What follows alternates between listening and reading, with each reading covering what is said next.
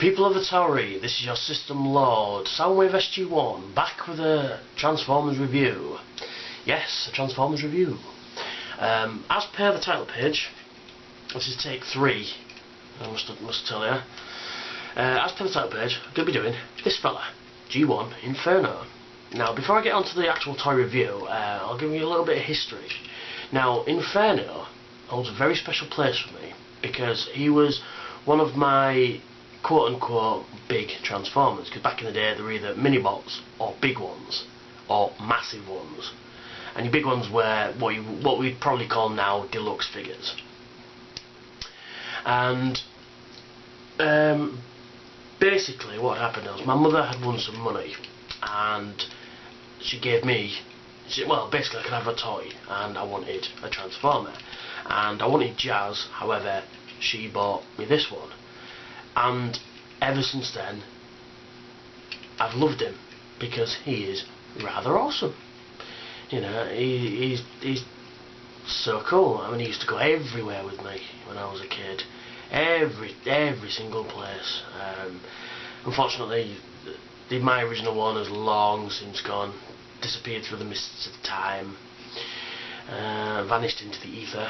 But I got this one at Auto Assembly last year. It was the book reissue, the white book box reissue one, and I have to say I was so chuffed to find him.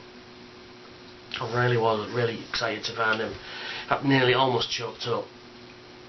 But yeah, he is pretty fucking cool actually. Anyway, on to the review. Now, Inferno is obviously Generation 1 character. His motto is, his function is search and rescue. His motto is, where there's smoke, there's me. The hotter things get, the better he likes it. And this goes for fire and fights. Inferno can do anything an Earth fire truck can in vehicle mode, but he is often distracted from his job to engage in combat. He has great strength thanks to his ceramic plated armour skin that can withstand 8,000 degrees Celsius. He also has an extinguisher rifle that shoots flame suppressing foam and an energy dampening beam to counter all other beams. And his forearms shoot missiles. Unfortunately, he doesn't follow orders well and isn't very mobile in robot mode. So yeah, he is in the cartoon. Voiced by the late great Walker Edmonton. However, he didn't really do a lot in the show. He was there. I think the only real episode that he's in, well, the two real episodes that he's in, is The Gambler and Child's Play. He actually does something. Although those episodes should be aired right after each other. However, there's an episode in between them. Go figure. But yeah, he is really cool. I mean, like I said, this is a fire truck, as pretty obvious. He's got some nice sculpted detail. The carb especially is really nice. It's got glass. It's got plastic glass. He's got a lovely chrome grille. It's got a sculpted fire hose there. Some nice sculpted detail on the side. There. Yeah, there is. I mean, he does look like a fire truck. However, there are some glaring kind of robot parts sticking out in places. But yeah, he is really cool. This ladder will move up and will extend upwards, so that's pretty cool. And it will move quite far back, but you know, which is really awesome. This figure used to be a Diaclone. You pull that forward down, and because this is a reissue, they put the rub symbol there for some reason. I don't know why. Yeah, the Diaclone driver would fit in there, and we shut that up. So now onto the transformation. We disconnect what are obviously going to become his arms, and we move them outwards and down. Flip those parts up, and then we disconnect this section. I don't want to go now. There we are. Pull it up, pull these two sections here down.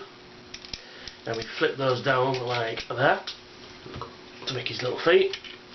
Then we get this section, pull that round, to reveal his little face. Don't know if you can see that on the camera, but his little face.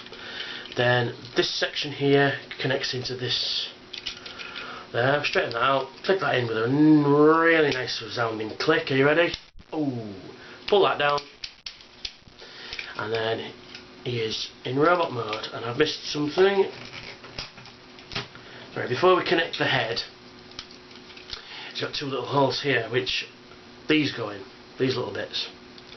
And it is easier to do it like this than it is to put after the head's up. So that one goes in there, that one goes in there.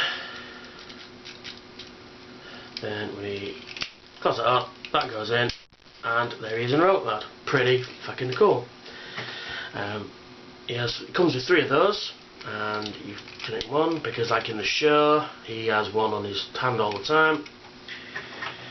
And then he comes with 2 fists, but like I've just said, I give 1 fist, 1 fire extinguisher, and he comes with his fire extinguisher rifle, and then he holds that really nicely. And there he is. I mean, like I said, some great sculpted details, some great sort of lines there, and sort of fire truck details. You know, there's enough room in there to put knee joints, but they didn't. So I'm just going to go on to articulation now. He will rotate 360 at the shoulder, but he won't because that's in the way, but he will do it. It will come out at the shoulder slightly. He will bend at the elbow. He does have wrist swivel, but that's largely because of the fact that these are spring-loaded missiles. I'm not going to fire them because they will just get lost. And that's it, unfortunately. But yeah, he's got good arm articulation for a G1 figure. You know, pretty cool. He's, like I said, one of my favourite figures. He's pretty tall, actually. I think he's slightly taller than Prime, not just Prime. Because most of the lieutenants, you know, Prowl, Jazz, Blue Streak, Hound, Sideswipe, Sunstreaker, and you know, all those are quite small. You know, so he's pretty tall for a G1 Autobot. Yeah.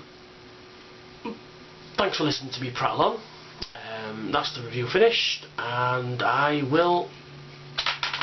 Ooh, nearly lost it. And I will catch you all later. Toodly Pipski.